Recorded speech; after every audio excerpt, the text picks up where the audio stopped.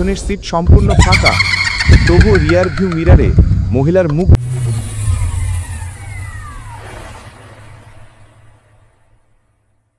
2009 সালের শীতকালের রাত, কলকাতার জোড়া ব্রিজ এলাকার কাছে এক অটো চালক ফিরছিল বাড়ি। সময় তখন প্রায় 2টো। রাস্তা সম্পূর্ণ ফাঁকা, কুয়াশা ঘন। হঠাৎ সে দেখে রাস্তায় দাঁড়িয়ে এক মহিলা হাত তুলছে। সাদা শাড়ি, লম্বা চুল, মাথা নিচু। অটো চালক থামিয়ে বলল, কোথায় যাবেন? মহিলা ধীরে মাথা তুলে শুধু বলল, ওই ব্রিজটা পার করে দাও।